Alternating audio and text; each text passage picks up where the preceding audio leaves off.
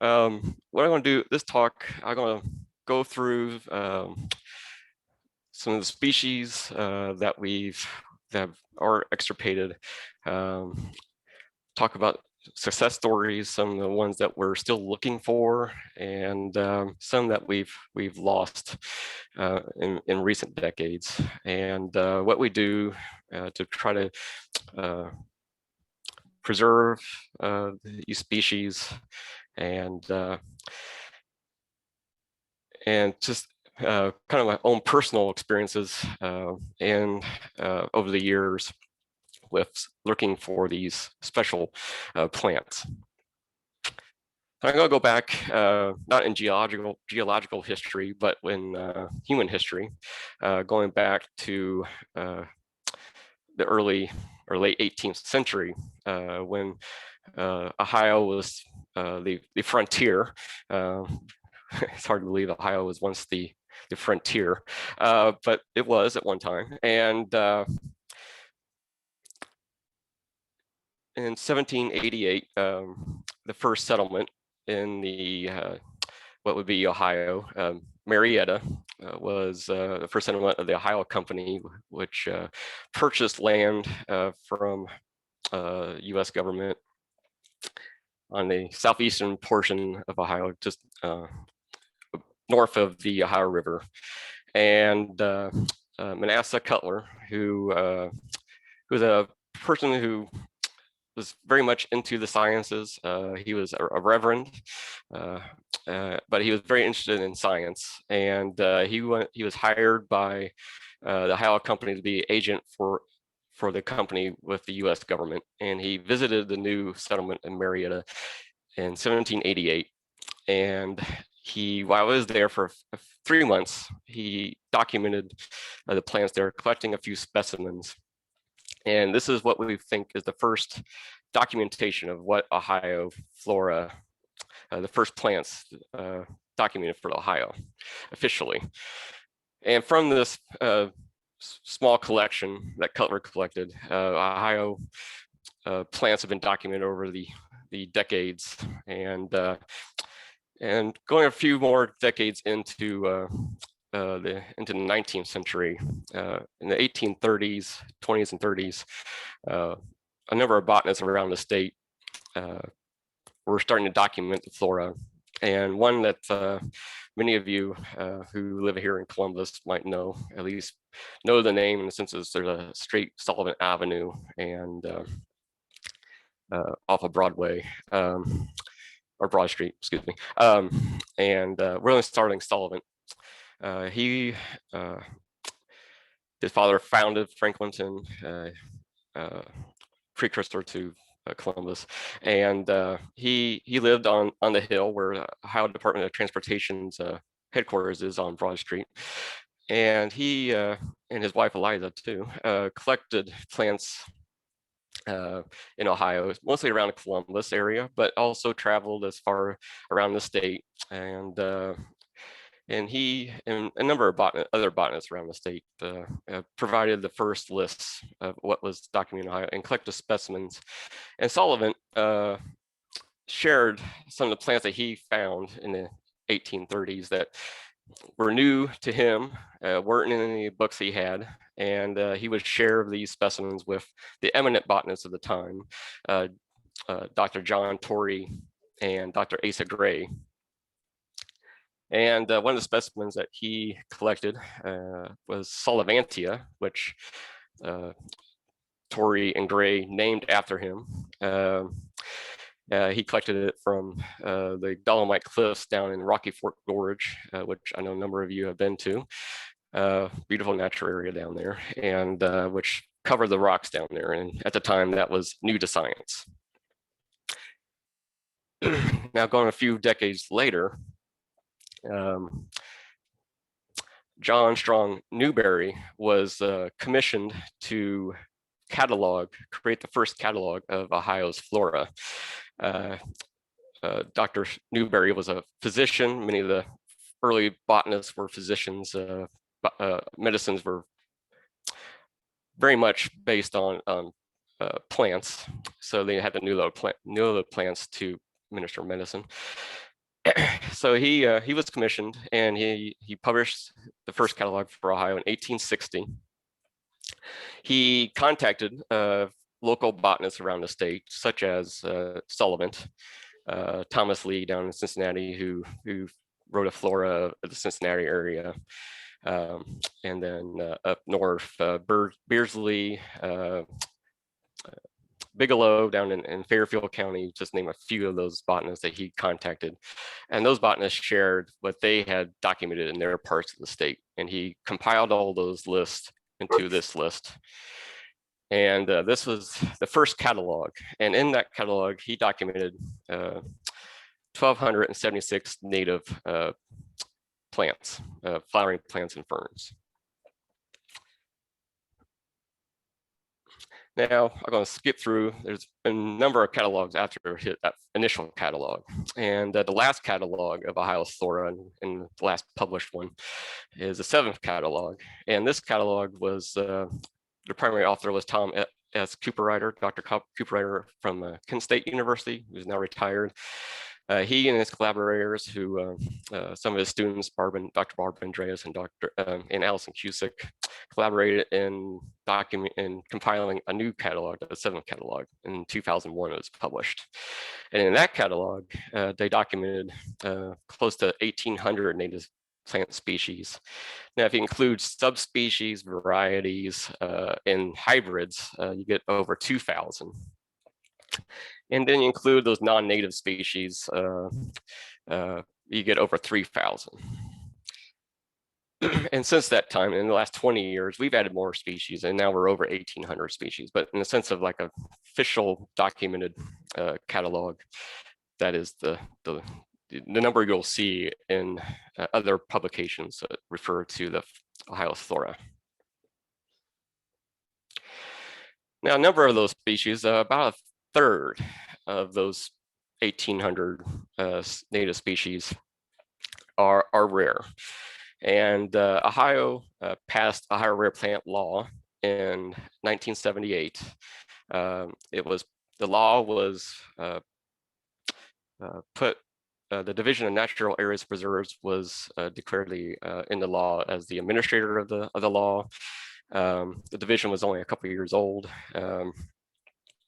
at the time, and the division botanist Allison Cusick and others compiled the first list, and then in 1980 the first list was created.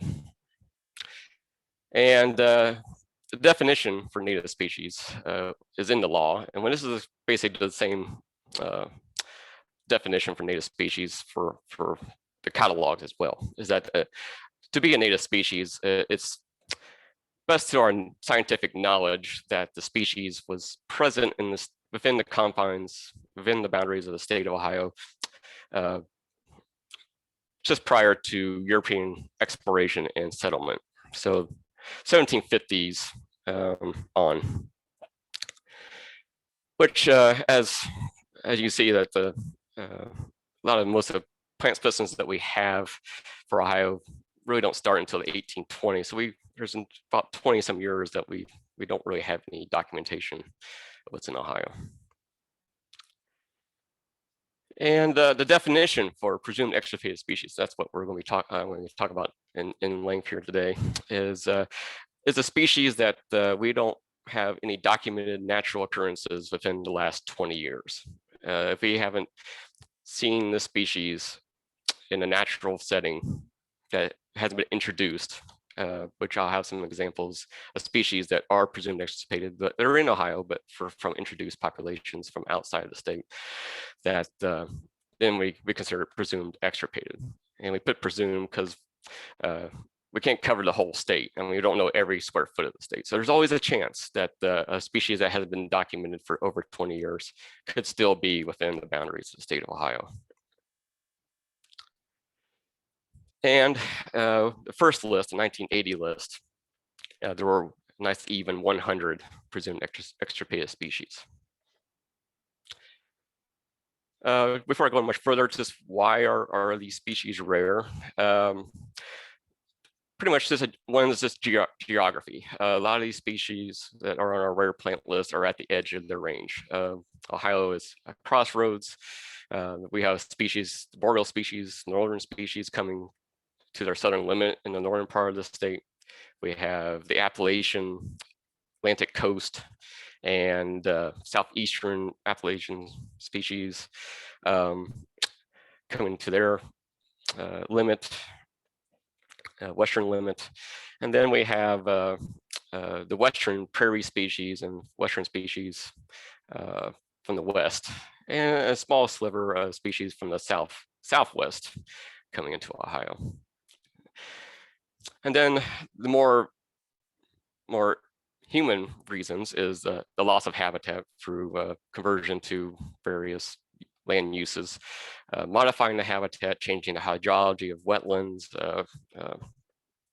changing the framework of a forest, natural disturbances. We've lost fires that a number of our species have adapted to, large game like bison and elk, which were present in Ohio when Ohio was the frontier, which the species I have pictured here running buffalo clover was very much has a strong relationship with buffalo and was relatively a journalist in Ohio, best we understand, back in when Ohio was early part of the statehood. And this species was actually thought to be extinct.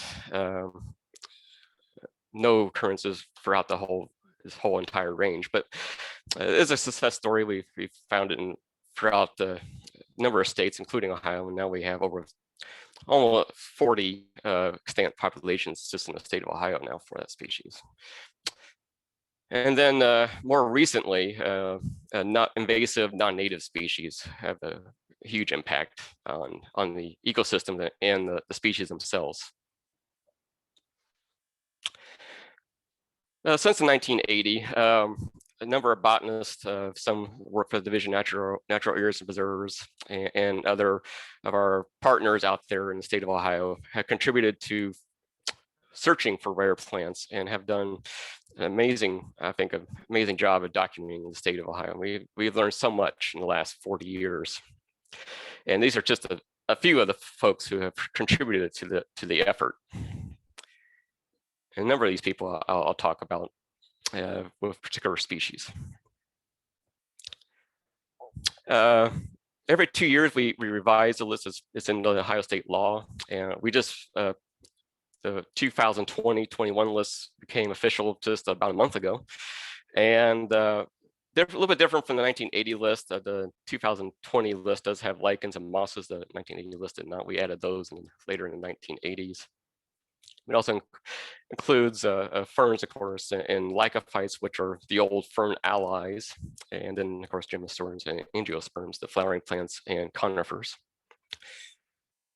And on the current list, there are 75 vascular plants that are presumed extirpated. So we've had a net loss in presumed extirpated species or gain. Since we've taken off 25 species. Actually, we've taken about 62 off, the over 60 species off the presumed extirpated list, but we lost some, so a net loss of 25 from that original list. And 19 of those 75 species are represented by a single specimen, a herbarium specimen, or only been collected from a single location. An example of that, and I'll have more here in a minute, is Slump Valerian. Slump Valerian, which is a boreal species, it grows in peatlands called fens mostly, and it was collected by a man named Leslie Stair, and he collected in 1897, and he returned 2 years later and collected in 1899 from peatland in Canton, Ohio, up in Northeast Ohio, and since that 1899 collection, nobody else has documented the plant since then. And unfortunately, the site that he collected this species, that peatland has long been destroyed. So that particular site is gone. So we're holding out, keep hoping, like many of these species I'll be talking about, hoping that maybe one of these days that we'll spot it in one of our peatlands that still exist today. When it's not in flower, it can be an easy one to miss. So when it's in bloom, as you see, it's very striking umbel of a small white flower. So it's very handsome when it's in bloom, but it's very subtle in the dense vegetation of a peatland if it's not in bloom. So it could be easily missed. So holding hope on that one. Now, the one that is longest drought in the sense of not being seen in Ohio is a western prairie species, purple prairie clover, Dahlia purpurea. We have a single collection of the species from 1877 from waterworks near on a river in Toledo. The Maumee River historically had a large amount of prairie along it, and this species reached its western limit in these prairies of the Maumee River basin. And this specimen at OSU is the only natural population that we know of. Now it is in Ohio. I know a site up in Northeast Ohio that we believe is an introduced population. There's a number of other kind of oddball prairie species up in Northeast Ohio at this site. And then it was found just a few years ago in a sand and gravel, abandoned sand and gravel pit in Hamilton County. And one of the tough things that we, myself and other botanists who are involved with determining what is a native population is sites like that and a species like this, is it a natural population or not? And we have not found any evidence that suggests that population there at that site in Hamilton County is a natural population, that maybe there were a seed bank there and just had disturbance from the quarry had stimulated the seed bank. But since there are planted prairies in that county that have it, so we're being conservative as an example. One here in central Ohio that is represented by a single specimen is a purple virgin's bower, Clematis occidentalis. Dr. John Schaffner, he was the creator of the OSU herbarium in the 1920s into the early 40s. And Dr. Schaffner published a catalog of Ohio flora, and he had an incredible network. He communicated with botanists around the state and really catapulted a number of specimens of native flora and non-native flora too of Ohio during that time period. And one of his own specimens is this purple virgin's bower, which he collected in the Sauer River Gorge in the Dublin area. And this specimen is still at OSU, and he notes, which I'll zoom in here, that the population which he collected this specimen from, the O'Shaughnessy Dam was built soon afterwards, and the impounded river flooded the population, and it was destroyed by the impoundment, and hasn't been documented since. And we're still hoping that maybe in that gorge, when one of the trees and the canopy tree falls over and stuff, and maybe the disturbance will stimulate the seeds that might be underneath the tree and it might come up. So, but that specimen and location is the only one we know for Ohio. And that's really interesting. You look at the distribution of the species, you can see it's got a kind of odd distribution: eastern, upper Midwest, and then out west. And lo and behold, right in the middle of a little orange dot in the center of Ohio for Franklin County. Now, another really interesting find. This is a fern, oak ferns. Appalachian oak fern is actually a relatively newly described species. It's very similar to the common oak fern, which in Ohio is not common. It's actually state threatened. And it was Appalachian oak fern was described in, I do believe, around 1990. And when they went through the different herbariums, they determined a specimen that was collected by Lewis Hopkins, who was a professor at the OSU Ag School in Worcester.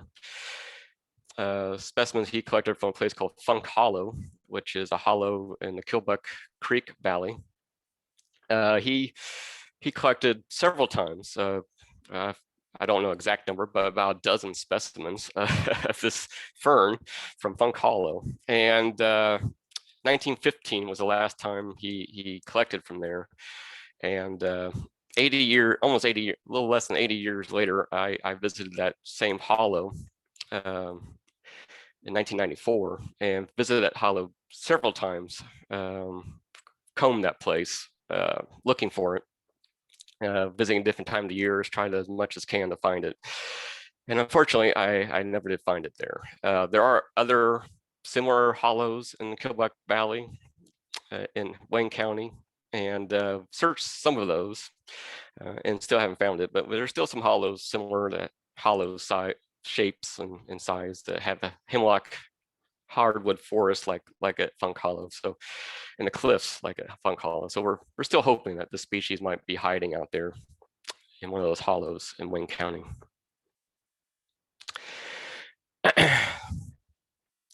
One of the many more cryptic species that were documented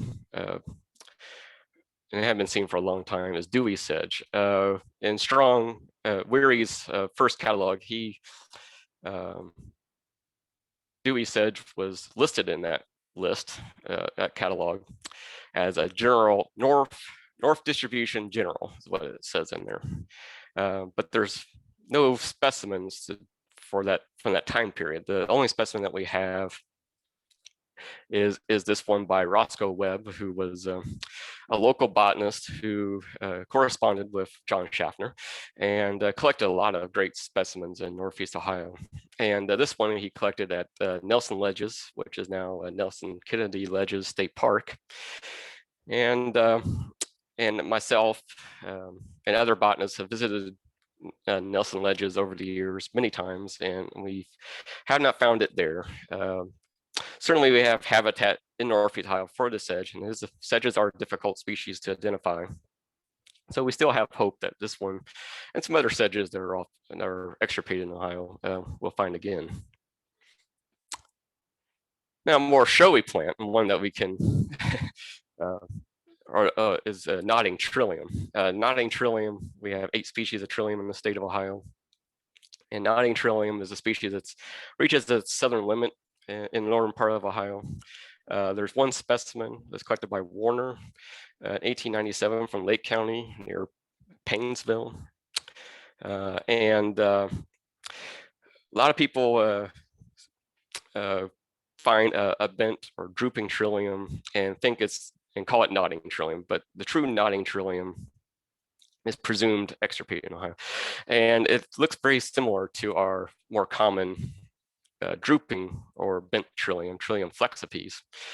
And the difference is in the most noticeable difference is the male parts of the flower, the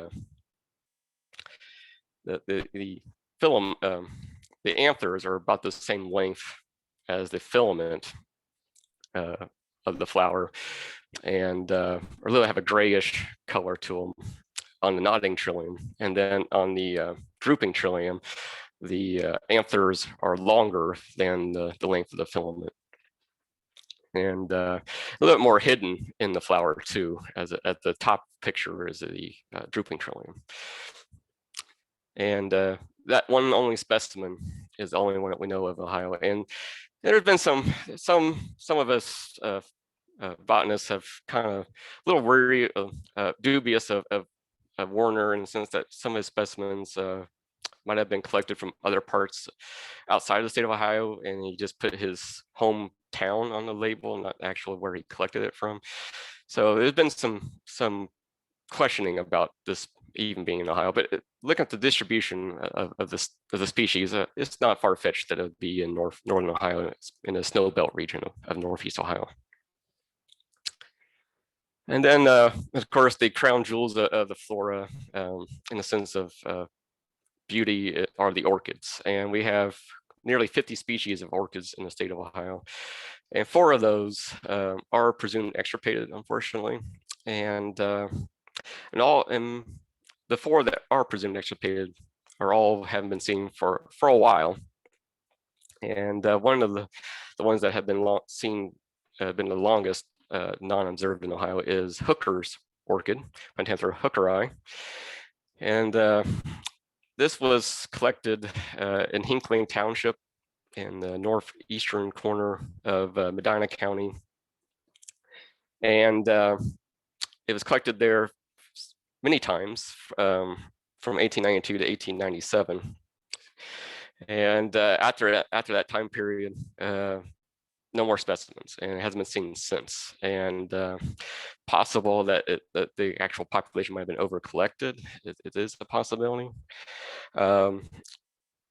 Orchids have a very strong relationship, rely on fungus called mycorrhizae. So, and the introduction of non-native earthworms into Northeast Ohio, impacting the soil chemistry and the mycorrhizal community in the soil. There's many other impacts on orchid species up in Northeast Ohio. The chances are getting slimmer and slimmer that we'll ever find this again in Ohio. Still, like always, hope to find it. We do every once in a while get people thinking they found Hooker's orchid, but it turns out to be the large round leaf orchid, which looks very similar, as 2 basal leaves that hug the ground, but the flowers are different, quite different. And large round leaf orchid is not common in our state either, but it is scattered about the state and primarily in northern Ohio.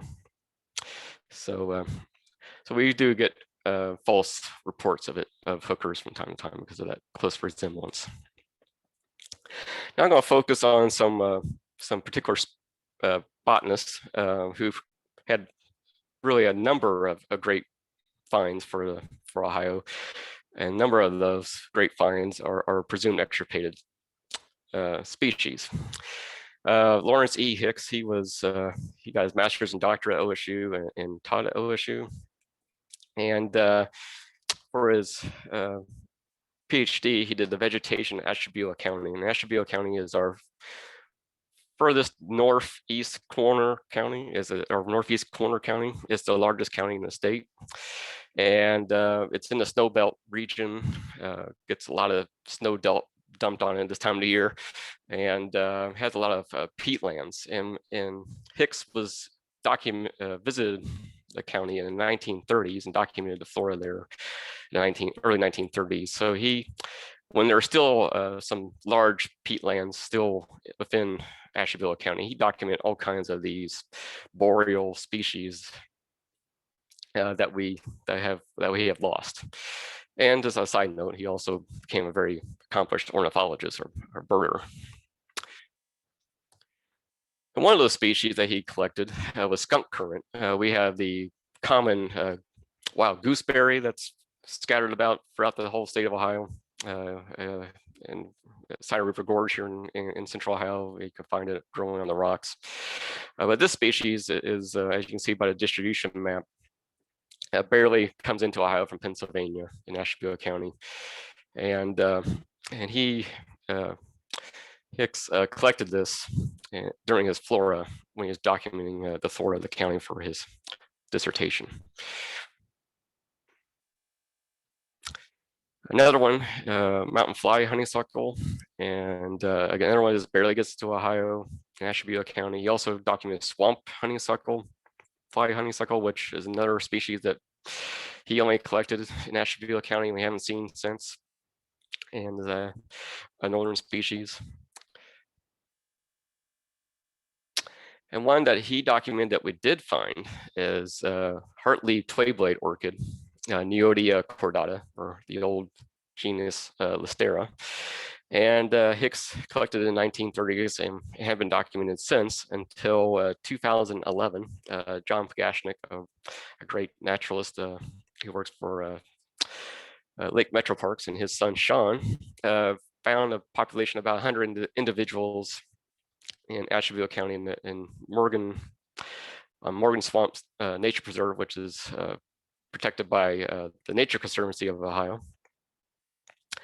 And I visited the site in 2016 and took this picture, and it's a very small orchid that's easy one to miss if it's even when it's in bloom.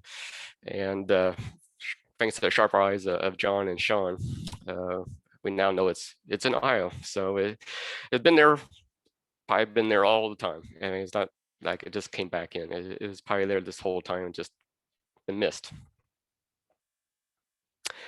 Another one that's not the one and only specimen, but one that he collected in one of the last collections of this species, creeping snowberry, another boreal species in the Appalachians, but also mountains, but also north of Ohio, is a creeping snowberry, Gaultheria hispidula, and this very small creeping evergreen had these large showy white berries, but when it's not in flower or have fruit on it, it can be missed, and it grows in these very rich, swampy, dark wetlands, and holding out hope that we'll find it again in Ashtabula County. But there are some other records from Summit and Portage County, but Ashtabula County or northern Trumbull County, the county to the south of Ashtabula, would be the most likely place for us to find it again in Ohio. Another botanist who contributed a lot to Ohio flora and has a number of incredible finds is Floyd Bartley. Unlike Hicks, Bartley was an amateur botanist. He was a farmer in Pickaway County, but he had just amazing passion for plants, and he collected thousands and thousands of plants, mostly close to home, but also his favorite place to collect was Liberty Township in Jackson County, which is south of Pickaway County in South Central Ohio. He also traveled to other parts of the state too, but he collected a number of plants, and he donated his collection to Ohio University, and that herbarium there at Ohio University is named after him. In one of his collections, we have found Eastern Yampa, which is a Western species. It's in the carrot family. And going back to William Starling Sullivan noted it in the Darby Plains in 1830s. And Floyd collected it in Pickaway County in 1954. And he put down that he found it in a Oak Hickory swamp flat woods. And Brian Riley pictured here, he went to a similar habitat in Pickaway County, which happened to be Brian's home county, and he rediscovered this plant in a similar habitat on a wildlife area, and in 2012. And what's really amazing is that it's amazing to find a presumed extirpated species, but on the same day, Brian found another presumed extirpated species, this little annual called chaffweed, which Bartley had collected too.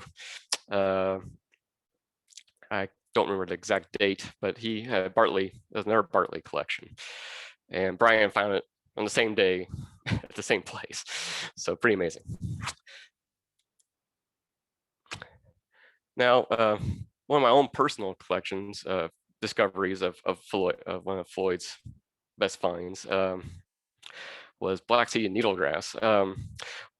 It's always good to see a plant yourself in the field.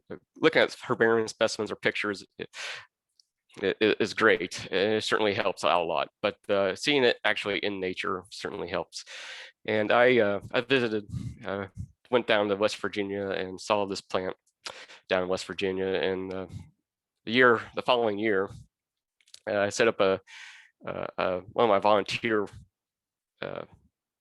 biological or botany field trips to the Wayne National Forest, and we visited a very remote hollow on the Ironton district of the Wayne National Forest down in Lawrence County, the extreme southern tip of Ohio, where Floyd Bartley had collected this grass in 1952, I do believe. And myself, Tom Arbor on the far right, and Rita and Dennis, and then Pat Deering we rediscovered this grass, and then about 100 plants in this oak hickory open woods.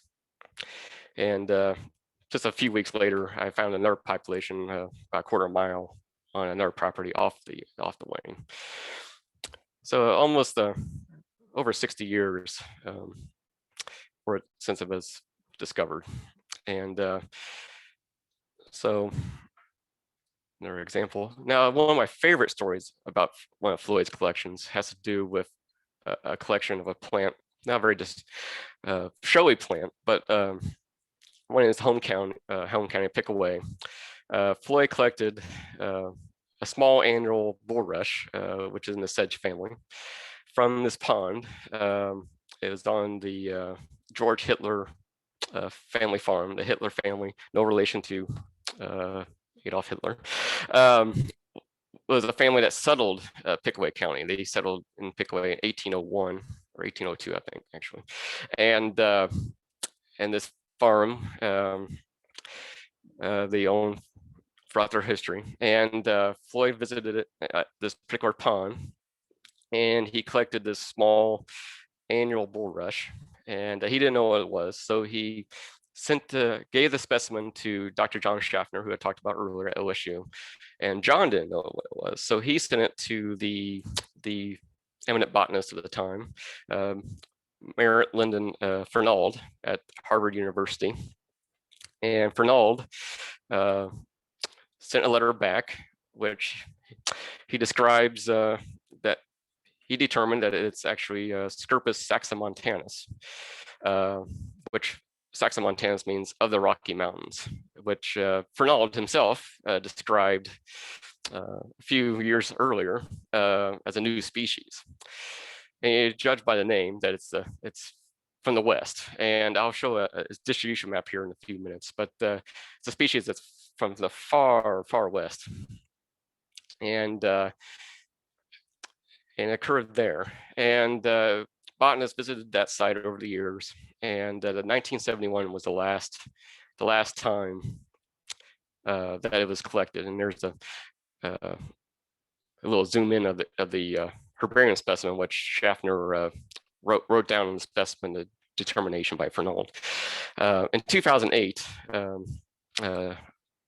Dan Boone, who's a great botanist, descendant of the Daniel Boone, he was driving by this site. These what we call prairie pothole depressions occur or dependent on actually groundwater aquifers. And when we have a great large snowfall and or rainfall the preceding year, these depressions fill up with water from the ground up. And in wet years, the farmer wouldn't plow these depressions, including this pond. And Dan was driving by, and the pond had vegetation in it. The farmer hadn't plowed it, so he stopped in and he rediscovered this Rocky Mountain bulrush there. Now, Rocky Mountain bulrush, with a little history of I talked about the purple prairie clover and the population that we kind of consider as non-native. Some of the botanists, pretty much botanists, consider the population as a non-native population because they maybe the Hitler family or actually I should say the List family, who bought the farm from the Hitlers when the last collection in the 1970s, before Dan found it, was farming the land. They brought some hay in, and the story for how it got there was that the hay from the West had this species in it. When Dan found it in 2008, we called around to experts, Paul McKenzie out west, who studied this group in detail, who's the expert on the group, and other states, and everybody agreed that the chances of that, and somebody hauling hay all the way from Missouri is pretty far-fetched. So we added it as a state endangered species and consider it native, and add it to the state endangered species list. Now, because of this site, the List family decided agreed to sell this property to Appalachian Ohio Alliance, which is a nonprofit organization, which our division partnered with them to purchase the property from the list. And it's now Floyd Bartley Nature Preserve. And we co-manage that site with the Appalachian Ohio Alliance. And the story doesn't end there. Dan collected some of the Rocky Mountain bulrush and sent it to Paul McKenzie for Paul to look at and add to his herbarium. And in the collection that Dan sent him, he actually had a contaminated collection with a plant that we did not know was in Ohio called Hall's bulrush, but looks very similar to Rocky Mountain bulrush, which the picture on the right shows. Very, very subtle differences. And Paul, who studied this group very closely, knew right away what it was. And he told us about it. So we added it to the rare plant list. And these are not the only two species of rare. Burrhead, the plant here with the big leaves and white flowers, is state threatened. And the whole prairie pothole depressions are extremely rare throughout the whole range because of the conversion to agriculture. These wetlands have pretty much been destroyed. So Bartley Preserve is really special for those two reasons, for a number of reasons, but for that. And here's a distribution map for Rocky Mountain bulrush. As you see, far eastern Missouri is as close as it gets. Now you might say, how did it get to Ohio? Well, the annual bulrushes, a number of these annual sedges have little barbs on their fruit to attach to feathers of waterfowl. And of course, many of you know the Cider River Valley is an important migratory route, and ducks and other waterfowl use those ponds during their migration. And if the water stays during the summertime, they even use it as a nesting site. So I'm pretty sure that's probably a duck or other waterfowl brought it there. Brought those species there, like the other ones too. The burrhead, all of those depend on waterfowl for spread from site to site because they're not linked to any streams, or they're totally isolated. And here's the Hall's bulrush, which actually has some eastern populations, but mostly also from the west. And it's a federal kindred species, the Hall's bulrush. Now, some of the ones that Bartley has collected that we have not found yet are these four species. Elatine is one that he collected in Pickaway County from similar shallow depression wetlands like at Bartley Preserve. We're hoping to find these as well. And kind of tied in with Hicks and Bartley. In 1954, these two gentlemen did a botanical trip in Ashtabula County and documented the last collection of beaked hazelnut for the state of Ohio. And they haven't been found since then. We've been looking for it, and there's some other populations. And as you see, this distribution map, it shows a site down in Adams County, which one of the eminent botanists, E. Lucy Brown, had collected in 1920s. Unfortunately, that site was destroyed. We know for sure, but we're still hoping maybe we'll find this up in Northeast Ohio. Now, a little different. There are a number of species that are currently endangered that are only known from one site. A number of these species are ones that were presumed extirpated that we found and are still only known from one location. And some of them are just species that are down to one site and could become presumed extirpated. A couple of orchids here, small world pregonia and dragon's breath. And these are, of course, we do our best to try to conserve these sites and protect them and manage the sites for perpetuating species. And there's 70 number of species that are like this on the current list. Now, one of the species that we unfortunately we've lost since 1980 is a northern species, Labrador tea. And I'm sad to say, I'm myself and my colleague Greg Schneider visited the last site, and we're the last to see the species in Ohio. A large peatland in Prairie County was the last site for it. And the picture on the left is a picture I took the day that we were there in 1995, the summer, and it was very shrubbed over peatland. It was a hot, miserable day. Did a lot of crawling to get through the shrub zone. Yeah, it wasn't very pleasant. One of the least pleasant botanical trips. But we did find a few individuals that all were sterile. They were getting shaded out by black gum and red maples and other woody vegetation. We did our best to try to open up those areas that around while we're there. But unfortunately, the landowner was not interested in allowing us to do any management there. And the property changed hands. The son inherited from his father, and the son allowed botanists to come back. And by the time botanists came back, the peatland had already grown over. And I was there just last year, just to, for my own personal reason, just to confirm myself. And yeah, the site has totally grown over, and no signs of the Labrador tea. So it is presumed extirpated. And we're hoping that maybe out there and at the site, maybe with some management, it might come back at that site. But right now, it's presumed extirpated. I've been using a lot of my colleagues' photographs, Andrew Gibson, and one of his finds is a feather foil, which is one of the most bizarre of our plants in our flora. It's an aquatic plant. It's an annual aquatic plant, and grows in those shallow depressions like the one at Hartley Preserve. And going back, Lawrence Hicks had collected up in Ashtabula County. The last site was depressional wetland in Scioto County in the Ohio River Valley. And the last time it was seen was 1985, which I do believe this picture was taken when that was seen in 1985 by Guy Denny, I do believe. And haven't been seen since. Botanists have visited the site over the years.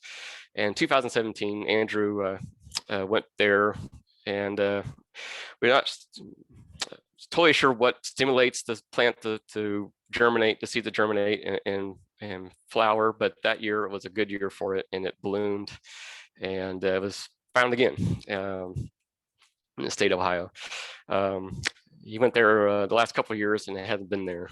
And it is on private property, and the landowner were love to talk to them about protecting the site in the future. Now, the last few years, we've had some incredible year. 2019 was the year every year since the 80s, we've had the best finds of the year, kind of recognize people's efforts and share what's been found around the state. And 2019, 5 presumed extirpated species of plant species, excuse me, were found. And one of the best of those, in the sense of how long it's been since it's been seen in Ohio, was black stem spleenwort. It was collected in 1900 from Green Township, which is a township in Adams County, right on the Ohio River. And haven't been seen since, one specimen. And myself and other botanists have been looking, and a group of young botanists, Sean Pagashnik, one of them, found this on a site that nobody's been to before. And so it's rediscovered. And 4 other species were found in 2019, and rock spike moss was rediscovered too a year earlier. And one of those, white cuckoo flower, I'm going to highlight as my last species from my talk, was found by Jim Bissell. Jim, if somebody sat down and tallied up all the presumed extirpated species been found by an individual and native species to the state, Jim Bissell will probably be at the top of the list. Curator of botany at Cleveland Museum of Natural History, over 4 decades of combing the natural areas of Ohio, especially Northeast Ohio. And one of the plants that he found new to the state of Ohio is white cuckoo flower. There's a non-native subspecies and a native subspecies. And he found a native subspecies in a peatland on the shore of a natural lake in Summit County. He returned there less than 20 years later, and unfortunately the site was destroyed or had degraded so much that the habitat was gone, and it became presumed extirpated. And in 2019, he and Brian Garrow were visiting another peatland, Summit County, and protect the site, and they relocated the species, the plant. This is one of them, which a very small individual. It's an annual, so but did find it again. It's all because of Jim. And just gives you an example of his efforts, which is he's been an incredible career in botany. And kind of summary, it's just in the sense of about rare species that there's different parts of conserving these rare gems. We have to have botanists on the ground, people out there looking at these habitats for them, surveying. Once we find these sites, and we try to protect the sites if they're not already protected. And then once they're protected, enhance or restore the habitat that they're in to increase the population and make sure that they don't become extirpated. And then part of that, of course, important to continue to monitor the population, make sure the management that's being put on the ground is perpetuating and benefiting the species. And whenever we have to sometimes, and as a safety net, collect seeds of these very rare species, and we work with organizations that specialize in this. The Cincinnati Zoo and Botanical Garden have their CREW program, which not just for Ohio, they have a Ohio program, but they collect rare animals and or collect conserve rare species around the world. But they do have a Ohio program, and we provide seeds and plants to them. And other partners such as USDA's Ornamental Germplasm Center at OSU, and also Holden Arboretum, and some of our partners work with these as well in preserving these rare gems. So we prefer to protect the habitat and the species out in nature, but as a safety net, we'll do this as well. Well, if you want to learn more about these presumed extirpated species, I just touched on a few of them. There's a number of other ones out there. And in August of last year, our department launched a new website, and the new website, we have a lot more capacity for pictures, and so if you want to look up information, we have abstracts on all the state listed plants, including some of the species that have been downlisted, and we have a lot of pictures, a lot of those by Andrew, who takes awesome pictures. So I welcome you to visit that website and learn more about these rare plants. And it's a work in progress. We're still adding information all the time on there. So if you don't see information, as much information about species, come back a month or two, and maybe there'll be more information on it. And this time of the year, I always have my last slide, think spring, because for us plant lovers out there, dying to see some green after a dark and gray winter. So thank you so much. Thank you so much, Rick. That was wonderful. I hope we are all thinking spring. I love your trillium photo there. Just the wonderful wildflowers that we can see in the spring really bring some brightness to our cold, dark, dreary days that we're having now. And, you know, the 12 inches of snow that we're supposed to get here in central Ohio over the next few days. So does anyone have any questions? Again, thank you so much to Rick for this fabulous presentation. I know I learned quite a bit, but if anyone has any questions, you can go ahead and put them in the chat. Or if you would like to unmute yourself, if you cannot figure out the chat, that is fine as well. I very much enjoyed the presentation, and I miss Marilyn Ort, something fierce. Oh, you know Marilyn. Oh, Yeah, yes, yes. followed her around Wonderful lady. Yes. 30 A years. number of people on this who Well, are I on know, this made know sure she was knew on your, Marilyn. Yeah, she I made was. sure she was on your pictures. And Yeah, I yeah. When I was just so a senior in college, yeah, she came out and taught me some of the grasses and sedges that were part of a study that the Wayne National Forest had commissioned. Miami University was part of, and that was my first interaction with Marilyn, and quickly found loved her, and yeah, I certainly missed her too. Oh, gosh. And she has, or I have a copy of Native Flora of Washington County. Ah, yes. Hmm. Did did she make that, or was it before her? I'm not sure. I know she contributed a lot to the flora knowledge of the flora of the county. That's for sure, and the surrounding counties. I mean, she, in the sense of rare species and some of the state nature preserves that we have in Southeast Ohio, she had a hand in Oh, yeah. that. So yeah. All right. Well, I'm glad you're out there. We can somebody to go to. Yeah, yeah. Ohio has a pretty good size, pretty active botanical community out there. It's been it's a great group of folks, and we enjoy sharing what we're finding out there and help each other out. Thank you so much. So it seems we have a couple questions here, Rick. I just shared for everyone, I just shared the link that Rick shared at the end of his presentation. I know some folks were asking for that. Our first question is from John. Are there any success stories of plants being reintroduced, protected, that have since expanded previously from a very small local range? Yeah, there's some that we've had some local spread. Mostly some of the populations of in southern Ohio, where we have a lot more connected natural areas for species to migrate to, and in the xeric limestone prairie region of Adams County, for instance. But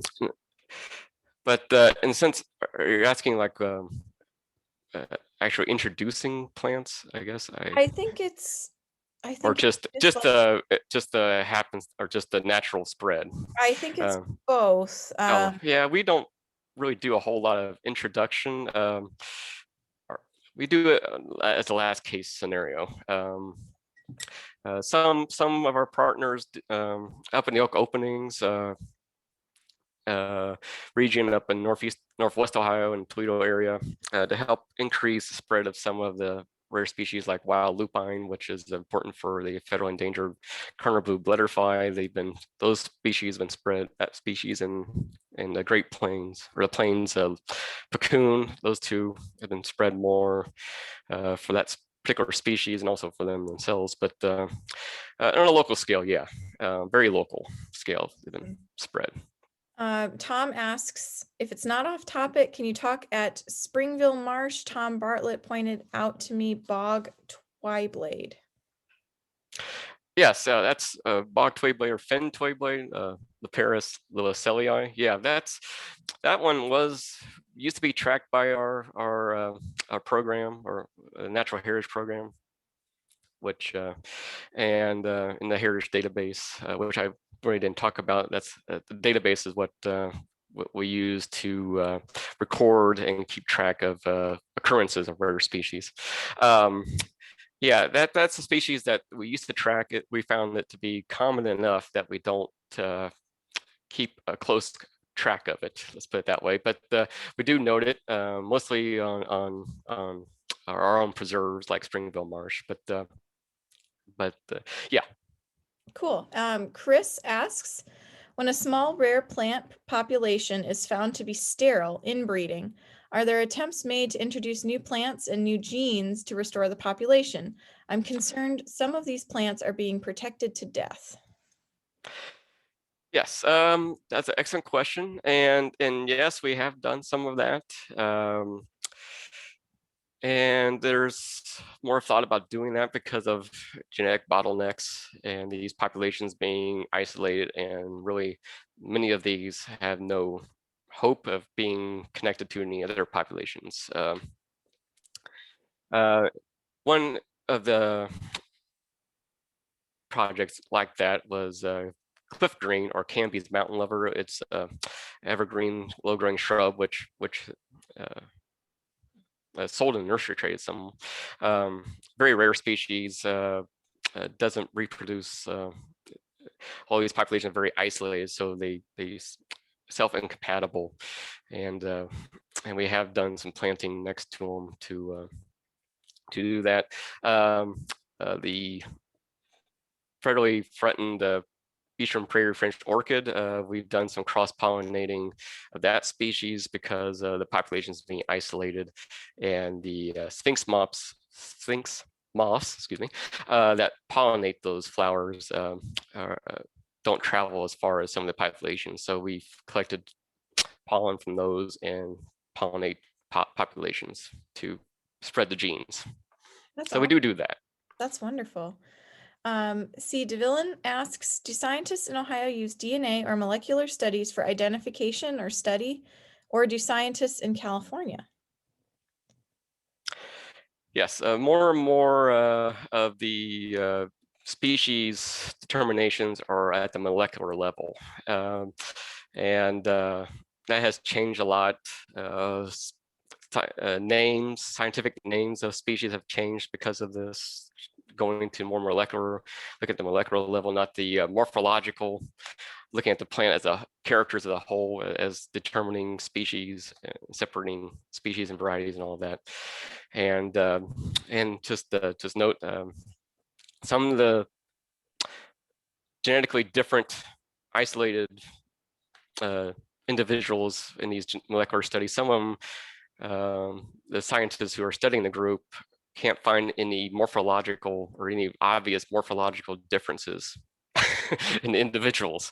So it's kind of starting to become a challenge. If you look at the genetics, they come out as separate species, but looking at them with an eye, or even looking with a scope or anything, there's really subtle differences. So it's could be a challenge that way. But yes, more and more of that. We don't, myself and others don't get into that. That's at the academic field. To handle that kind of stuff. We do the on the ground work and help those who are doing that work find the populations to do their genetic studies. That's awesome. Betsy asks, who can we contact if we come across a plant that might be an endangered one? Well, yours truly. I was just gonna say, I think you truly. contact me. That's what I'm here for, is to help the public learn about its flora, Ohio flora, and I answer through Facebook, our Facebook webpage. Send me pictures to my email address, text, Maybe Rick, anything. put your email in the chat for us. Yeah, it's yeah, I think it's just rick.gardner@odnr, right? It's Richard, actually my formal name, richard.gardner@OhioDNR, or dnr.ohio.gov. I did it right. But anyway, and there we go. Yeah, Andrew Gibson, my colleague, he's a great resource too. You can send it to both of us, and one of us will know it. And if we don't know it, we'll contact the many expert botanists out there. And we do have a number of great botanists around the state. A number of them I talked about who can, if we don't know it, we'll share it with them, or go outside of state boundaries. We're always finding new species to the state. Some we don't want, and some that we do want. So. Okay, thank you so much. Elaine asks, are you seeing the effects of climate change on plant populations? Yes, climate change. We actually there's some different talks. Herbarium specimens are very useful in documenting change in flowering period and phenology, leafing out. And we certainly have seen changes in flowering period of different species. One of the species that we've seen that's only been since the 80s, since we started monitoring on a yearly basis, is the Eastern Prairie Fringed Orchid that I've talked about, the federally threatened orchid. The blooming period of this species has started to become sooner than what it used to.